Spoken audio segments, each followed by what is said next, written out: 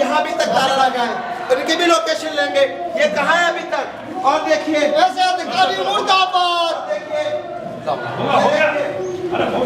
ये देखिए अभी तक सारी कुर्सियां देखिए सारी खाली पड़ी। और देखिए देखिए यहाँ पर और देखिए कमिश्नरों को, यहाँ तक ये हालात नहीं प्रदेश के।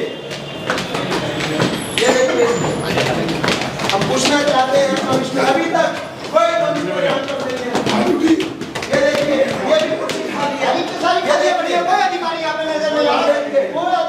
यहाँ तक एक अधिकारी है केवल, ये देखिए ये देखिए बी एस चौहान साहब है के अकेले पूरे इस आबकारी में अकेले देखिए एक अधिकारी यहाँ पर है। सारे देखिए कमरों में आप देखिए और देखिए ये देखिए सब खाली पड़े हुए हैं। ये सब में ताले लगे हुए हैं, सब देखिए इतने सरकारी धन की बर्बादी हो रही है।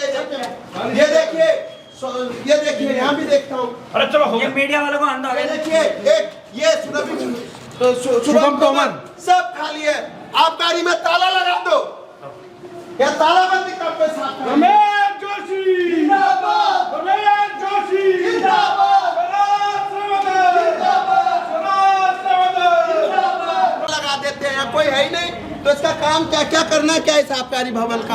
यहाँ पर एक अधिकारी का 2 लाख रुपए होगी, यहाँ पर 12 खाली है, 24 लाख रुपए महीना वेस्ट।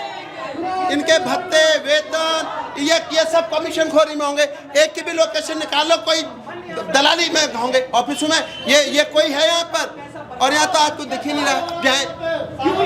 लंच टाइम हो गया, अभी तक कोई भी नहीं ऊपर, सारी कुर्सियां खाली पड़ी, सारे कमरे खाली पड़े। तो साहब पूछो लोगों से, हम किससे वार्तालाप किससे करनी है हमको? वही चौहान साहब है तो चौहान साहब से पूछो, चौहान साहब के पास विभाग क्या है? अब देखते हैं तो भी है, वही अधिकारी है। हाँ तो उनसे पूछो एक बार, सर हमें मिलना है कमिश्नर आप सचिव से, नहीं तो माननीय मुख्यमंत्री जी के वहाँ जाते हैं। फिर जिनको बुलाते हैं बुलाने से क्या होता है? अभी तक कर रहे अधिकारी हैं कहाँ?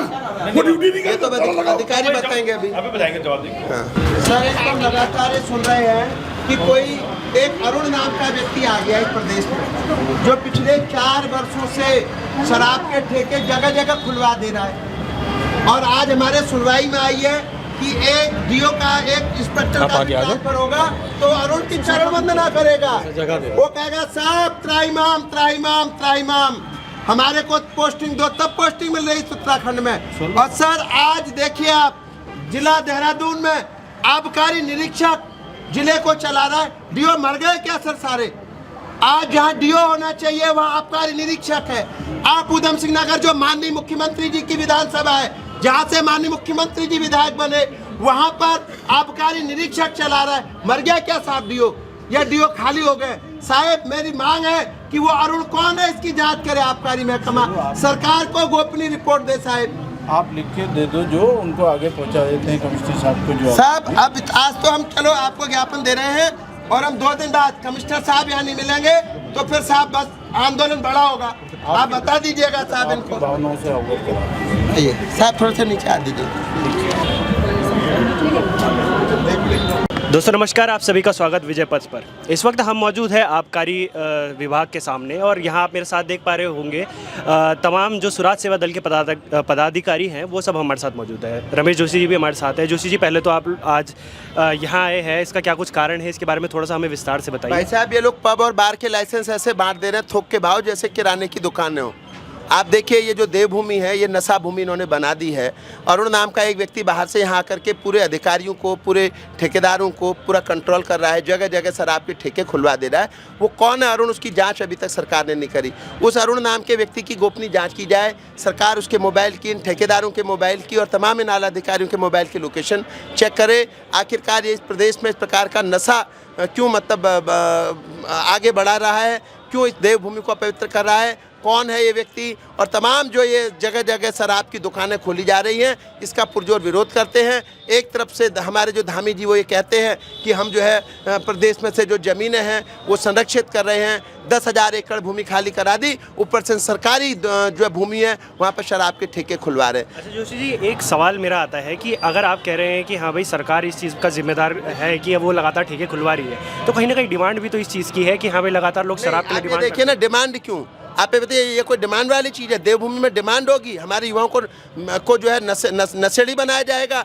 ये चाहते जब युवा नशेड़ी होगी, पहले ज़माने में पहलवानी करते थे, दंड बैठक करते थे, फुटबॉल खेलते थे, हॉकी खेलते थे, तमाम क्रिकेट खेलते थे। जो युवा हैं उनके दिमाग का एक बैलेंस रहता था, उनके अंदर एक एनर्जी रहती थी। आज का युवा नशे का आदी हो गया, उसके शरीर में कोई ताकत नहीं रही। उससे कहा जाए कि जो है 100 मीटर दौड़ दे तो उसके झाग आ जाते हैं। ये क्यों? ये ऐसे लोगों की वजह से जो नशे के आदी कर रहे हैं, हमारे युवाओं को खोखला कर रहे हैं, क्योंकि ये चाहते हैं कि हमारे युवा खोखला हो, हमारे जो हमारा देवभूमि उत्तराखंड है ये बर्बाद हो जाए, क्योंकि ये कभी नहीं चाहते थे राज्य मिले, ये कभी नहीं चाहते थे राज्य हमें मिले।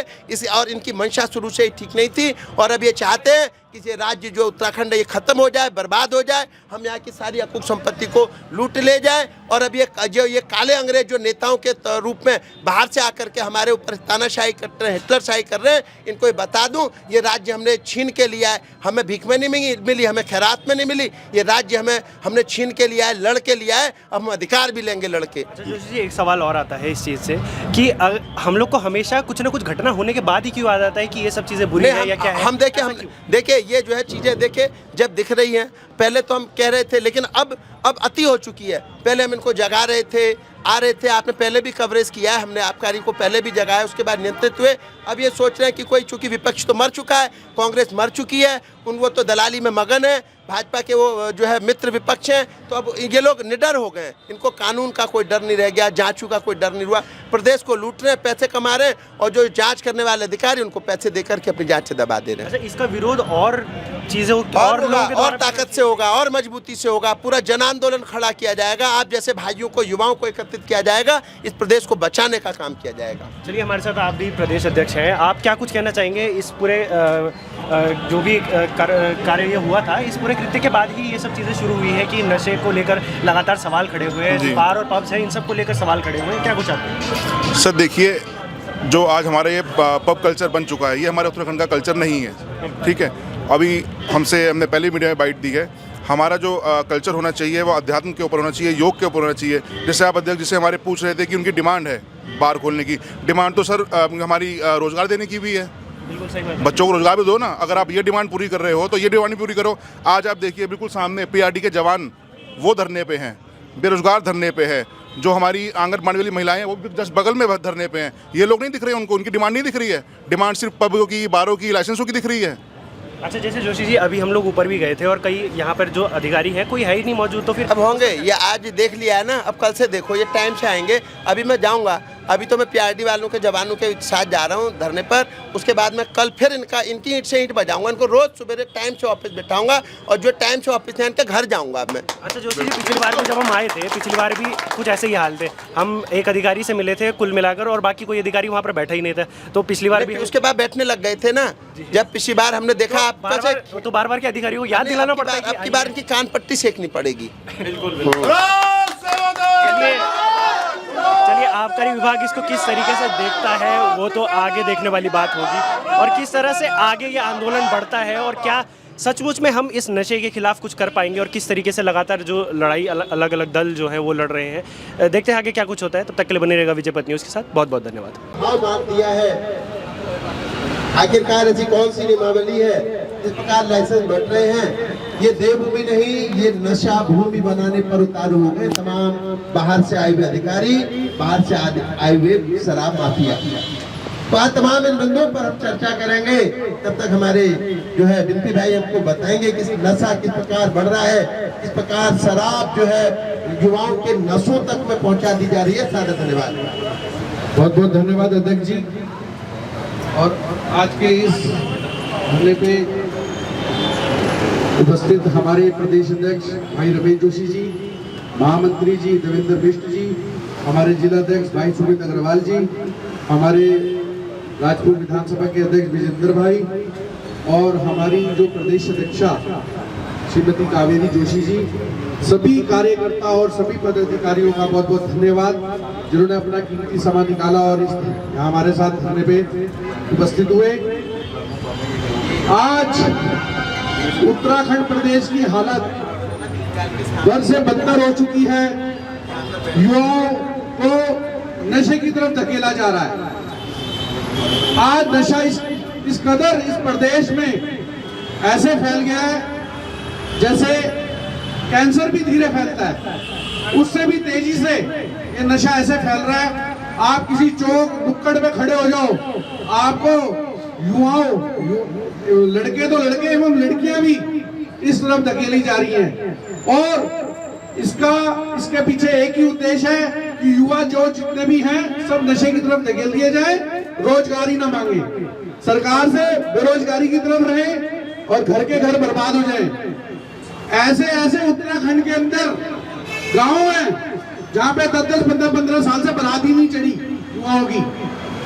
पता पुलिस प्रशासन को भी है, पता प्रदेश के सारे नेताओं को है, अधिकारियों को है, खबर हर चीज की है, मगर कोई धर दबोच नहीं, कोई इस पे कार्रवाई नहीं, कोई किसी प्रकार का कोई। क्यों? क्योंकि रोजगार मांगेंगे, सरकारों से रोजगार मांगेंगे युवा पढ़ लिख जाएंगे तो, मगर स्वराज सेवा दल बिल्कुल चुप नहीं बैठेगा। स्वराज सेवा दल के जितने भी सैनिक, चाहे उन्हें अपने प्राणों की आहुति देनी पड़े, हम कसम खाते हैं कि हम चाहे अपने प्राणों की आहुति देनी पड़े, मगर हम धरना प्रदर्शन करेंगे, नशे को रोकने में बिल्कुल कामयाब होंगे। जोरदार तालियां एक बार स्वराज सेवा दल के लिए। कान खोल के सुन ले, ये हमारे अधिकारी और जितने प्रशासन के जितने अधिकारी हैं, बाहर से आके राजपुर रोड पे एक से एक इन्होंने बार और बड़े बड़े इन्होंने वो खुलवा दिए, होटल रेस्टोरेंट जिसपे कोई नजर नहीं और आंखें मूंद के सोए हुए हैं। वहां पे लड़ाई झगड़ा, बहन बेटियों का निकलना दुश्वार हो गया, वहां से आ जा नहीं सकते, बत्ते बत्ते कमेंट किए जाते हैं उनके ऊपर। क्यों? क्योंकि वो नशे में है। और उनके ऊपर जब अगर कोई कंप्लेन कर भी देता है, बेचारी कोई बहन बेटी थोड़ी हिम्मत दिखाती है, तो उसके बाद हल्की सी धारा लगा के 2-4 पैसे लेके उसे सुबह छोड़ दिया जाता है। कब तक इन चीजों को सहन करना पड़ेगा हमारी बहू बेटियों को? कब तक हमारी बहनों को इन चीजों से, इन जलील कमेंट से गुजरना पड़ेगा? शर्म आनी चाहिए, हम सबको शर्म आनी चाहिए। तो हम ये प्रण लेते हैं कि जब तक अधिकारी और प्रशासन इस पे कोई सख्त कार्रवाई नहीं करता, हमारा दर्शन अभी जैसा ये धरना प्रदर्शन है, ये बड़ा आंदोलन का रूप भी ले लेगा एक दिन। रमेश जोशी, स्वराज सेवा दल मुर्दाबाद, आपका सरकार मुर्दाबाद। धन्यवाद डिप्टी भैया। यहाँ उपस्थित सभी सम्मानित पदाधिकारी, कार्यकर्ता एवं देहरादून की जागरूक जनता को बहुत बहुत आभार। आज हम जो विरोध कर रहे हैं, उसके साथ आज हम अपने राज्य को, उत्तराखंड को बचाने के लिए आए हैं। जो हमारे राज्य को देवताओं की भूमि कहा जाता था, हमारे देहरादून को शिक्षा का हब कहा जाता था, परंतु वर्तमान में हमारे राज्य में जिस तरह नशा हर गली मोहल्ले तक पहुंच चुका है, हर स्कूल कॉलेज तक पहुंच चुका है, ये बहुत ही निंदनीय है।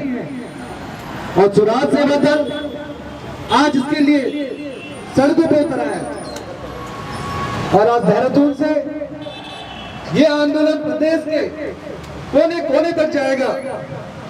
और राज्य के मुख्यमंत्री, यहाँ के आखिरी नीति गठित करने वाले अधिकारियों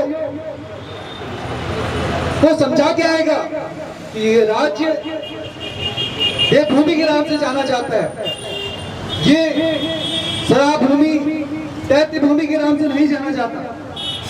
आए दिन आप सुन रहे होंगे, रात भर सब रेस्टोरेंट खुले हुए हैं, रात भर यहाँ के युवाओं को नशा दिया जा रहा है। कुछ दिन पूर्व आपको घटना पता होगी कि रात भर युवा नशा करने के बाद गाड़ी से निकलते हैं और फायरिंग के दौरान एक ब्रिगेडियर की असमयी मौत हो जाती है। इसमें केवल दोषी वो युवा साथी नहीं थे। इसमें दोषी यहाँ की सरकार, यहाँ की पुलिस व्यवस्था, यहाँ के मुख्यमंत्री जो कल परिवार को सांत्वना देने के लिए गए थे। मैं उनसे पूछना चाहता हूं, क्या कुछ अधिकारियों को निलंबित करने से या सांत्वना देने से क्या राज्य में नशे का कारोबार बंद हो जाएगा? बिल्कुल नहीं। राज्य में जो विपक्ष कांग्रेस है वो हर मुद्दे पे चुप बैठी हुई है, वो सरकार का साथ दे रही है। राज्य बने 25 साल हो गए, हमने राज्य मांगा था कि राज्य का राज्यवासियों का विकास हो, परंतु इन राष्ट्रीय पार्टियों ने हमें दिया केवल धूप, हमें देगा धोखा। अरे आज राज्य का युवा बेरोजगार है, वो देश विदेश में दर दर की ठोकरें खा रहा है, और 8वीं पास मंत्री जी यहाँ का मंत्रालय चला रहे हैं।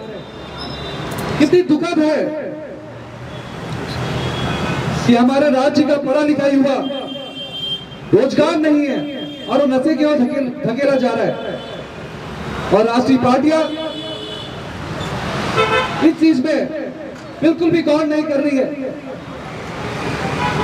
आज कुमाऊं से लेकर गढ़वाल तक महिलाएं शराब के ठेके के विरोध में धरना प्रदर्शन करने में लगी है।